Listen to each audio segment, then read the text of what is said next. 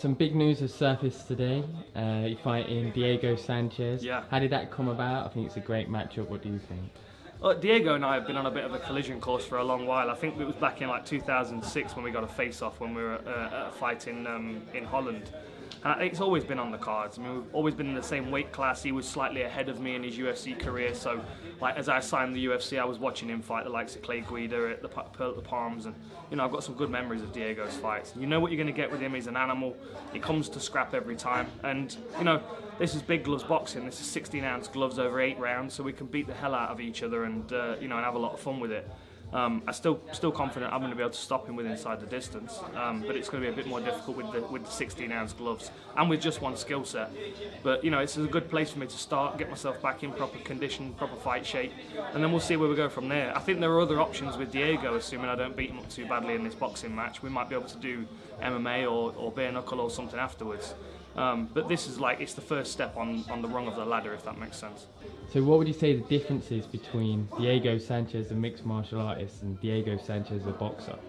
Well, I mean, his skill set is grappling. He's never been particularly the best striker. He's been an enthusiastic striker, and he's made things work because of his enthusiasm.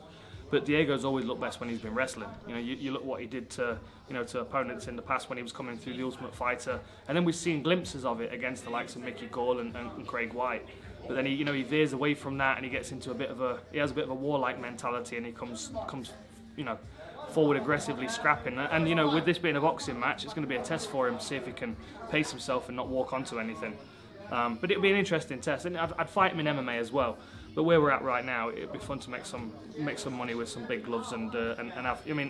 Ricky Hatton and Marco Antonio Barrera in the main event. I'm just excited to be sharing a card with Ricky Hatton. I never thought that would happen. The thing is, you recognise that quality within someone else.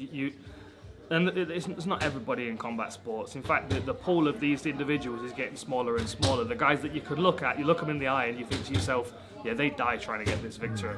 Like Diego's one of those guys. And there's a lot of guys in the sport, all the way up to the top of the divisions that you just don't get that vibe from. I'm not saying it's the best vibe to have, because sometimes it can get you in trouble, but that mentality is what the fans gravitate towards, and I think that's why they've always loved Diego. I think that's why people get excited when I was fighting, because I had that warlike mentality and I was ready to go out on my shield. Diego and I recognise that within one another, and we're both winding down to the end of our careers, so we've got a handful of fights left. And I don't want to fight someone that's cagey and defensive and doesn't want to play. Nice one, Rafa. Too simple. I don't want to fight someone that's cagey and defensive and trying to be careful. I want to fight someone that's going to come and bang. And he feels the same. That's why he signed with Eagle FC and fought Kevin Lee. Same situation. I was just about to ask you about that. What did you make to Diego's performance? I know it was mixed martial arts, but you mentioned mixed martial arts as well. How do you think he got on, especially for his age?